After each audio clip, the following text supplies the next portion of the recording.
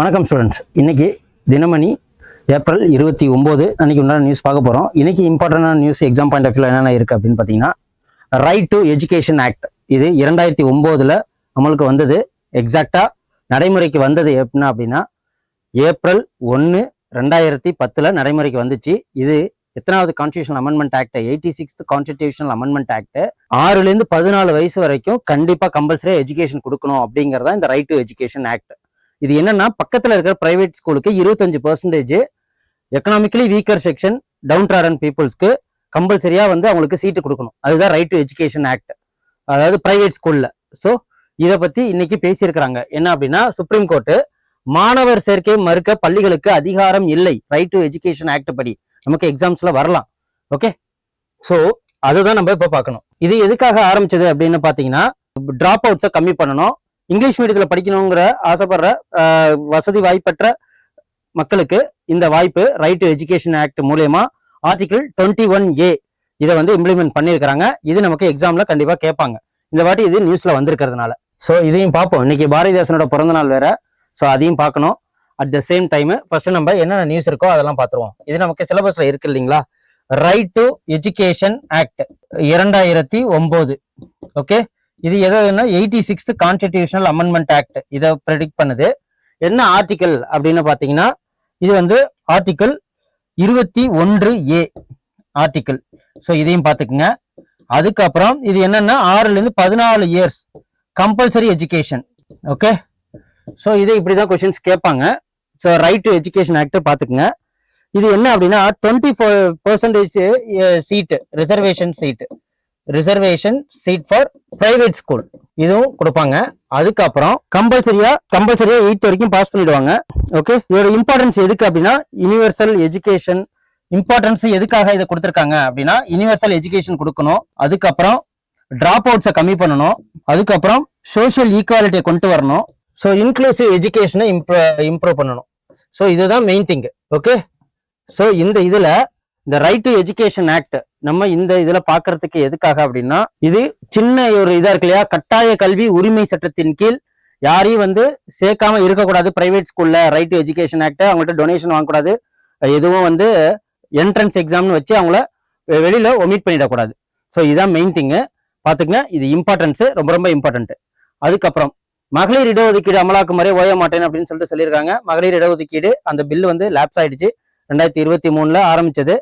அதுக்கப்புறம் தொகுதி மறு சீரமைப்பு மூலயமா 850 சீட்டை இன்க்ரீஸ் பண்றதா இருந்தாங்க லோக்சபால, அதுவும் லேப்ஸ் ஆயிட்டு. அதை எல்லாத்தையும் கொண்டுட்டு வரோம் அப்படின்னு சொல்லிட்டு வாரணாசியில மோடி அவர்களோட தொகுதியில இதை பத்தி பேசியிருக்காங்க. ஓகே, ஸோ இதையும் பாத்துக்கங்க. அதுக்கப்புறம் சயின்ஸ் அண்ட் டெக் கொஸ்டின். என்ன சயின்ஸ் அண்ட் கொஸ்டின்னா, இது ஆபரேஷன் சிந்தூர்ல இதை யூஸ் பண்ணாங்க. இந்த ஏவுகணை என்னன்னா, வானவெளியில வர்ற தாக்குதலை நம்ம தரையிலேருந்து தாக்குறதுக்கு தான் இந்த ஏவுகணையை யூஸ் பண்ணிருக்காங்க. அது எங்க சோதனை ஓட்டமாவும் இல்லை, அதை எங்க ஃபர்ஸ்ட் யூஸ் பண்ணிருக்காங்க அப்படின்னா ஆபரேஷன் சிந்தூர்ல யூஸ் பண்ணிருக்காங்க. S-400 4வது வான் பாதுகாப்பு அமைப்பு எப்பல இருந்து நமக்கு கொண்டு வர போறாங்க அப்படின்னா இந்த மாசம். ஓகே, அதான் $5 பில்லியன் கொண்ட இந்த வான் பாதுகாப்பு 2018ஆம் ஆண்டு அக்டோபர் தரையில் இருந்து வானில் உள்ள இலக்கை தாக்குறதுக்காக நம்ம எங்க இருந்து வாங்கியிருக்கோம்? இது ரஷ்யாவிடம் இருந்து வாங்கியிருக்கிறோம். S-400 எங்க இருந்து வாங்கப்பட்டது அப்படின்னு சொல்லிட்டு கேட்கலாம். ஓகே, தரையிலிருந்து வான்வெளியில் உள்ள ஏவுகணைகளை தாக்கும் ஒரு ஏவுகணை, அது பேர் என்ன அப்படின்னு சொல்லிட்டு S-400, S-300, S-200 கேட்கலாம். இல்லைன்னா வேற எங்கேருந்து வாங்கப்பட்டது அப்படின்னு கூட S-400 ஏவுகணை தரையிலிருந்து ஏவக்கூடிய அந்த ஏவுகணை எங்கிருந்து வாங்கப்பட்டது அப்படின்னு சொல்லிட்டு கூட கேட்கலாம். ஸோ இதை எங்க இருந்து கேட்கணும்னா, ரஷ்யால இருந்து நம்ம வாங்கியிருக்கிறோம். ஓகே, ரஃபேல் எங்கன்னா பிரான்ஸ். ஸோ அதையும் பார்த்துக்குங்க. ஸோ $5 பில்லியன் சுமார் 47,000 கோடிக்கு இதை வாங்கியிருக்கிறாங்க. மே 7 முதல் மே 10ஆம் தேதி வரை ஆபரேஷன் சிந்தூர் நடவடிக்கையின் கீழ் இதை பாகிஸ்தானோட இந்தியா ராணுவம் மோதப்போ இதை யூஸ் பண்ணியிருந்தாங்க. ஓகே, ஸோ இது எக்ஸாம் பாயிண்ட் ஆஃப் வியூல முக்கியம் தான். இப்போ சயின்ஸ் அண்ட் டெக் நியூஸ் ஒன்று பார்த்தாச்சு. அதுக்கப்புறம் constitutional right to education act, கட்டாய கல்வி article 21A amendments 86th amendment act 2002 அதையும் பார்க்கணும். ஏன்னா இயர்ல ரொம்ப முக்கியம். ஓகே, அதுக்கப்புறம் அது எதுக்காக கொடுத்துருக்காங்க? ஏன்னா மெயின்ஸ்ல கேள்வி கேட்டாங்கன்னா ரைட் டு எஜுகேஷன் ஆக்ட் மெயின்ஸ்ல ஏன்னா அதை கட்டாயப்படுத்தணும். இப்போ சுப்ரீம் கோர்ட் அதை விடுத்திருக்காங்கன்னா அது கண்டிப்பா எக்ஸாம்ஸ்ல கேட்பாங்க, நமக்கு சிலபஸ்ல இருக்கு. ஓகே, ஆர்டிகல் 21A ஃபண்டமெண்டல் ரைட்ஸ்ல தான் வருது. அதோட இதையும் பார்த்துப்போம். அதுக்கப்புறம் இதை ஃபுல்லாவே பார்க்க வேணாம், நமக்கு தமிழ்லையும் கொஸ்டின்ஸ் கேட்கலாம். இதுல தமிழ்நாடு நமக்கு ஆர்கியாலஜிக்கல் சைட்ஸ் அப்படின்னு சொல்லிட்டு யூனிட் 5ல இருக்கு. ஸோ அதுலயும் கொஸ்டின்ஸ் கேட்டாங்கன்னா என்ன பண்றது? ஸோ உலகளந்தான் கோல் அப்படின்ற வார்த்தை இப்ப அந்த பெயர் கொண்ட அந்த அளவுகோல்னா என்ன அப்படின்னா லேண்ட அளக்கிறதுக்கு உண்டான உலகளந்தான் கோல் அதை யார் வந்து யூஸ் பண்ணாங்க அப்படின்னு சொல்லிட்டு கேட்கலாம். நாயக்கரா, பாண்டியரா, சேரனா, சோழனா அப்படின்னு சொல்லிட்டு கேட்கலாம். சோ இந்த அளவுகோல் கல்வெட்டு குறிப்பு எங்க இருக்கு அப்படின்னா திருவாலங்காட்டில் இருக்கு அப்படின்னு சொல்லிட்டு நம்ம காமிக்கணும். ஓகே, திருவாலங்காட்டில் இருக்கு. இது யார் யூஸ் பண்ண காலங்கள்னா சோழர் காலங்கள்ல யூஸ் பண்ணது. கடல் போல் பறந்து கிடந்த சோழ மண்டல நிலங்களை கணக்கிடுவதற்காகவே 16 சான். Okay, 16 San. ஒரு சான்ங்கிறது இதுதான். ஓகே, இந்த சான் 16 சான் கொண்ட இந்த அளவுகோல், அதுக்கு பேர் தான் உலகளந்தான் கோல் என்னும் பெயர் கொண்ட. இது எங்க வந்து கண்டுபிடிச்சிருக்காங்க அப்படின்னா திருவாலங்காடு. ஓகே, திருவாலங்காடு உலகளந்தான் கோல் யார் காலத்துல? சோழர் காலத்துல. இது எக்ஸாம் பாயிண்ட் ஆஃப் வியூல ரொம்ப முக்கியம். இதையும் பார்த்துருக்கோங்க. சோ எதுக்காக நம்ம நியூஸ் பேப்பர்ல இருந்து எடுக்கிறோம் அப்படின்னா நியூஸ் பேப்பர் எல்லாராலையும் வாங்கவும் முடியாது, படிக்கவும் முடியாது, படிக்க போர் அடிக்கும், எக்ஸ்ட்ராக்ட் பண்ணி படிக்க முடியாது. ஒருத்தவங்க நியூஸ் பேப்பர் எடுத்துட்டா நம்ம தேவையில்லாம பொலிட்டிக்கல் நியூஸ் பார்க்க ஆரம்பிச்சிடும். அது மட்டும் இல்லாம ஸ்போர்ட்ஸ் நியூஸ் பார்க்க ஆரம்பிச்சிடும். இப்ப IPL எல்லாம் போயிட்டு இருக்கு. அது மட்டும் இல்லாம சினிமா நியூஸ் பார்க்க ஆரம்பிச்சிடும். தேவையில்லாத விஷயங்களை, சிலபஸ்க்கு தகுந்த விஷயங்கள் மட்டும்தான் நம்ம பேப்பர்ல இருந்து படிக்கணும். பேப்பர்ல இருந்தா எடுப்பாங்களே. ஓகே, இதுல கவர் பண்ணியிருந்தா தான் மெயின் சைடு நமக்கு எழுத முடியும். அதனாலதான் இதை நம்ம எடுக்கிறது. ஓகே, சோ இதான் பாத்துக்கங்க. உள்ளம் அளந்திரும் உலகளந்தான் கோல், இது எங்க இருந்து எடுக்கப்பட்டது அப்படின்னு சொல்லிட்டு பாத்துக்கங்க. அதுக்கப்புறம் பயங்கரவாதத்துக்கு எதிரான நடவடிக்கைகள் இரட்டை நிலைப்பாடு கூடாது அப்படின்னு சொல்லிட்டு யார் சொல்லியிருக்காங்க அப்படின்னு பாத்தீங்கன்னா ராஜ்நாத் சிங் அவர்கள் சைனா போயிருக்கிறாங்க. அதாவது அவங்க defence minister of India. So அவங்க தான் இந்த ஷாங்காய் கோஆபரேஷன் ஆர்கனைசேஷன் அந்த இதுக்கு போயிருக்கிறாங்க. சீன பாதுகாப்பு அமைச்சருடன் சந்திச்சிருக்காங்க. இதுலதான் அவங்க என்ன சொல்லியிருக்கிறாங்க அப்படின்னா 2001ஆம் ஆண்டு நிறுவப்பட்டதுதான் இந்த SCO. ஓகே, ஸோ இதெல்லாமே பார்க்க வேண்டியது நம்ம. இது ராஜ்நாத் சிங் அவர்கள். இப்போ இது எப்ப ஆரம்பிக்கப்பட்டது? ஷாங்காய் கோஆபரேஷன், இந்த பாருங்க, ஷாங்காய் ஒத்துழைப்பு அமைப்பு, ஷாங்காய் கோஆபரேஷன் ஆர்கனைசேஷன். இது எங்க ஆரம்பிச்சிருப்பாங்க? ஷாங்காய்னாலே சைனா, பீஜிங் தான். ஓகே, ஹெட் குவார்டர்ஸ் அங்கதான் இருக்கு. ஸோ நம்ம இது ஷாங்காய் கோஆபரேஷனை பத்தி ஃபுல் டீடைல்ஸ் பார்ப்போம். ஏன்னா தமிழ்ல இருக்குது, இங்கிலீஷ்ல இருக்குன்னு பார்க்காதீங்க. எல்லாம் ஃபேக்ட்ஸ் எல்லாமே தமிழா இருந்தா இங்கிலீஷ்ல இருந்தா என்ன. இது ஷாங்காய் கோஆபரேஷன் ஆர்கனைசேஷனோட மெம்பர்ஸ் யாரு? இது ஃபவுண்டிங் மெம்பர்ஸ் யாரு அப்படின்னா 2001ல 6 founding members. China, Russia, Kazakhstan, Kyrgyzstan, Tajikistan, Uzbekistan, 6 பேரு. அதுக்கப்புறம் இது one of the most influential intergovernmental ரீஜனலா இருந்திருக்கிறோம். அட் த சேம் டைம் இந்த 1996ல சைனா, ரஷ்யா, கஜகஸ்தான், கிர்கிஸ்தான், அதுக்கப்புறம் இந்தியாவும் இதுல ஜாயின் பண்ணிருக்கு. இப்போதைக்கு குளோபல் ஜிடிபில 20% குளோபல் ஜிடிபில இவங்க இந்த நாடை சேர்ந்தவங்க எல்லாருமே வந்து கான்ட்ரிபியூட் பண்றாங்க. ஷாங்காய் கோஆபரேஷன் அப்படிங்கிறது ஒரு வலிமையான ஒரு இது. அதுக்கப்புறம் 25th ஷாங்காய் கோஆபரேஷன் மாநாடு நடந்திருக்கு. அதுல யார் கலந்துக்கிட்டாங்க அப்படின்னு பாத்தீங்கன்னா பிரைம் மினிஸ்டர் அவர்கள் கலந்துக்கிட்டாங்க. Indian prime minister. எங்க நடந்துச்சு அப்படின்னா தியான்ஜின், சைனால. ஓகே, இப்போ 26வது ஷாங்காய் கோஆபரேஷன் எங்க நடக்க போகுதுன்னா அதுவும் சைனால தான் நடக்க போகுது. இந்த ஷாங்காய் கோஆபரேஷனோட ஹெட் குவார்டர்ஸ் எங்க இருக்கு அப்படின்னு பார்ப்போம். இதோட ஹெட் குவார்டர்ஸ் சைனா, பீஜிங். அது பார்த்தோம். இது எப்போ ஆரம்பிக்கப்பட்டது அப்படின்னு சொல்லிட்டு பாத்தீங்கன்னா இது வந்து 15 ஜூன் 2001. ஆக்சுவலா 5 மெம்பர்ஸோட ஆரம்பிக்கப்பட்ட வருஷம் 1996. அதான் இதுல போட்டிருக்கோம். ஓகே, சோ இப்போதைக்கு இதுல இந்தியா இருக்கு. லாஸ்டா சேர்ந்தது யாரு அப்படின்னா பெலாரஸ் 2024ல இந்த ஷாங்காய் கோஆபரேஷன் ஆர்கனைசேஷன்ல ஜாயின் பண்ணியிருக்காங்க. இது எதுக்காக அப்படின்னா anti terrorism. So anti terrorism எதிர்த்து தான், தீவிரவாதத்தை எதிர்ப்பு. ஓகே, எதிர்ப்புக்காக தான் இந்த குரூப் ஆரம்பிக்கப்பட்டிருக்கு, ஆன்டி டெரரிசம். ஸோ அதோட மட்டும் இல்லாம எக்கனாமிக் கோஆபரேஷன், எக்கனாமிக் சம்பந்தமா கோஆபரேட் பண்ணணும் இந்த நாடு. அப்புறம் ரீஜனல் செக்யூரிட்டியை என்ஹான்ஸ் பண்ணணும். அதுக்கப்புறம் பொலிட்டிக்கல் கோஆபரேஷன், அரசியல் சார்ந்த நிலைப்பாடு. அதுக்கப்புறம் கல்ச்சுரல் கோஆபரேஷன், பாரம்பரிய ஷேர் பண்றது. ஓகே, ஸோ இந்த பண்பாடு சம்பந்தப்பட்டது, எக்கனாமிக், பொலிட்டிக்கல், ரீஜனல், கல்ச்சுரல் சம்பந்தப்பட்டது. அதுக்கப்புறம் ரீஜனல் செக்யூரிட்டி, அதுக்கப்புறம் ஆன்டி டெரரிசம். இது எல்லாமே மேம்படுத்துறதுக்கு தான், கண்ட்ரோல் பண்றதுக்கு தான். அதுக்கப்புறம் இதுலயே ஒண்ணு இருக்கு, ராட்ஸ்னு ஒண்ணு இருக்கு. Okay, regional anti terrorism service. இது எங்க இருக்கு? Regional anti terrorism. இது எங்கன்னா தாஷ்கண்ட் உஸ்பெகிஸ்தான்ல, உஸ்பெக்ல இருக்கு. ஓகே, இதையும் பாத்துக்கங்க. இது அனைத்துமே ஷாங்காய் கோஆபரேஷன் ஆர்கனைசேஷனோட சம்பந்தப்பட்டது தான். ஓகே, ஒரு நியூஸ் பேப்பர்னு எடுத்துக்கிட்டோம்னா இவ்வளவு இன்டெப்தா படிச்சா மட்டும்தான் நம்மளால எல்லாத்தையுமே கவர் பண்ண முடியும். இப்போ நாளைக்கு இதை பத்தின ஒரு நியூஸ் வரும், நம்ம ஷாங்காய் கோஆபரேஷன் பத்தி தனியா படிக்க வேண்டிய அவசியம் இல்லை. நமக்கு டைரக்டா மெயின்ஸ்லயும் சரி பிலிம்ஸ்லயும் சரி கொஸ்டின்ஸ் கேட்கறது இப்படிதான் கேட்பாங்க. அதுக்கப்புறம் அஷ்டலட்சுமி. அஷ்டலட்சுமின்னா யார சொல்லுவாங்க அப்படின்னா 8.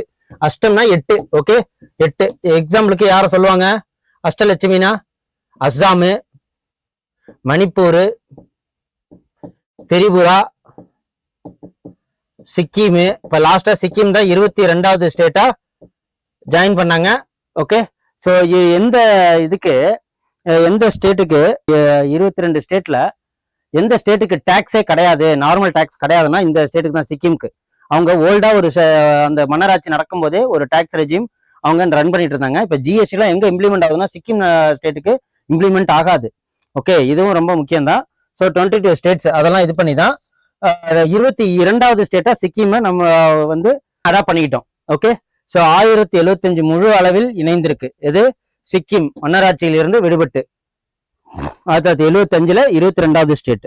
ஸோ இந்த அஷ்டலக்ஷ்மி ஸ்டேட் எது எதுன்னு சொல்லிட்டு பார்த்தோம். அஸ்ஸாம், திரிபுரா, மேகாலயா, மணிப்பூர், அருணாச்சல பிரதேஷ், ஸோ சிக்கிம், இதெல்லாம் வந்துடும். இது ஆக மொத்தம் 8 ஸ்டேட்ஸ் வர்றது தான். அட் த சேம் டைம் சிக்கிமை பத்தி இதுல ஏன்னா சிக்கிமோட இது 50வது வருஷம். ஓகே, 1975லேருந்து 16 மே 1965. 1975 எத்தனாவது? 36th amendment act, 36th constitutional amendment act. So இது மூலயமா தான் சிக்கிம் வந்து 22வது ஸ்டேட்டா ஜாயின் பண்ணாங்க. 36th constitutional amendment act 1975. Okay, so இதோட மட்டும் இல்லாம சிக்கிம் பத்தி நிறைய இதுல தெரிஞ்சுக்கணும் அப்படின்னா இது கேங்டாக். ஓகே, இதோட தலைநகரம் கேங்டாக். இது இப்போதைக்கு 50வது இணைந்த நாளை இப்ப கொண்டாடிக்கிட்டு இருக்காங்க. ஓகே, அதை கொண்டாட தான் பிரைம் மினிஸ்டர் மோடி அவர்கள் போயிருக்கிறாங்க. ஸோ இதுல என்ன சொல்லியிருக்காங்க அப்படின்னா இந்த அஷ்டலக்ஷ்மி ஸ்டேட்ஸ், அதாவது நார்த் ஈஸ்ட் ஸ்டேட்டு, இந்த 8 ஸ்டேட்டுமே நீடித்த வளர்ச்சி, நிலையான வளர்ச்சி, உடனடி வளர்ச்சி அப்படிங்கிற ஒரு டேக்லைனோட சீக்கிரமா டெவலப்மெண்டா இதுல கொண்டு வரணும், குரோத்தை கொண்டு வரணும்னு நீங்க சொல்லுவீங்க. அதாவது எஜுகேஷன்ல ஃபர்ஸ்ட் 100% லிட்ரஸியை கொடுத்தது மணிப்பூர். ஓகே, ஸோ இப்பதான் அங்க மணிப்பூர்ல கலவரம் நடந்துட்டு இருக்கு. மைத்தேயி அண்ட் குகி சமூகத்தினர், நாகா சமூகத்தினர் மூலமா அங்க கலவரம் நடந்துகிட்டு இருந்து அட் த சேம் டைம் எதனால அந்த கலவரம் நடக்குது அப்படின்னா மெய்த்தீன மக்கள் பள்ளத்தாக்குல இருப்பாங்க. 60% ட்ரைபல்ஸ் பீப்புளை சேர்ந்தவங்க. அதாவது மலை மேல இருக்கிறவங்க யாரு அப்படின்னா குகியின மக்கள், நாகாயின மக்கள். இவங்க 60 பிஜேபி அவங்க என்ன பண்ணியிருக்கிறாங்க அப்படின்னா ஆட்சியை பிடிக்கிறதுக்காக அந்த 60% இருக்கிற மக்களுக்கு SC ST ஸ்டேட்டஸ் கொடுத்துட்டாங்கன்னா அங்க அனைத்து விதமான ஸ்பெஷல் வேலை வாய்ப்பா இருக்கட்டும், ரிசர்வேஷன் எல்லாமே இவங்களுக்கு 60% இருக்கிற மக்களுக்கு போயிடும். இதுதான் அங்க பிரச்சனையே. ஓகே, ஆனா அங்க எஜுகேஷன் பாருங்க 100% லிட்ரஸி ரேட். அது டிஜிட்டல் லிட்ரஸி ரேட்டா இருக்கட்டும், எந்த ரீசன் தான் இப்போதைக்கு எஜுகேஷன் திரிபுரா, அதுக்கப்புறம் மணிப்பூர், அதுக்கப்புறம் வந்து கேரளா, இப்போ கோவா, இதெல்லாம் 100% லிட்ரஸி ரேட்டை ரீச் பண்ணிட்டாங்க. ஓகே, ஸோ அதையெல்லாம் வந்து எக்ஸாம்ல கேட்பாங்க. இப்போ இதுல 22வது ஸ்டேட்டா சிக்கிம் வந்து இணைஞ்சிருக்கு. இன்னொன்னு என்னன்னா இந்த ஸ்பெஷல் அதாவது டாக்ஸுங்கிறது எந்த நாட்டில் போட மாட்டாங்க அப்படின்னா சிக்கிம் மாநிலத்துக்கு டாக்ஸ் கிடையாது. ஜிஎஸ்டி அங்க எந்த இதுவுமே கிடையாது. அங்க தனியா டாக்ஸ் இதை வந்து ஃபாலோ பண்றாங்க. இதுதான் மெயினா இப்படி சொல்லிதான் வந்து மெர்ஜ் பண்ணதே. ஸோ இதுதான் பாத்துங்க. அதுக்கப்புறம் டிஜிட்டல் டேட்டா சென்டர், ஏஐயோட டிஜிட்டல் டேட்டா சென்டரை எங்க ஆந்திரால ஓபன் பண்றாங்க. ஸோ அதுக்குதான் இந்த அடிக்கல் நாட்டு விழா. இதுல அதானி குரூப்ஸ், கூகுள் எல்லாமே இதுல இருக்காங்க.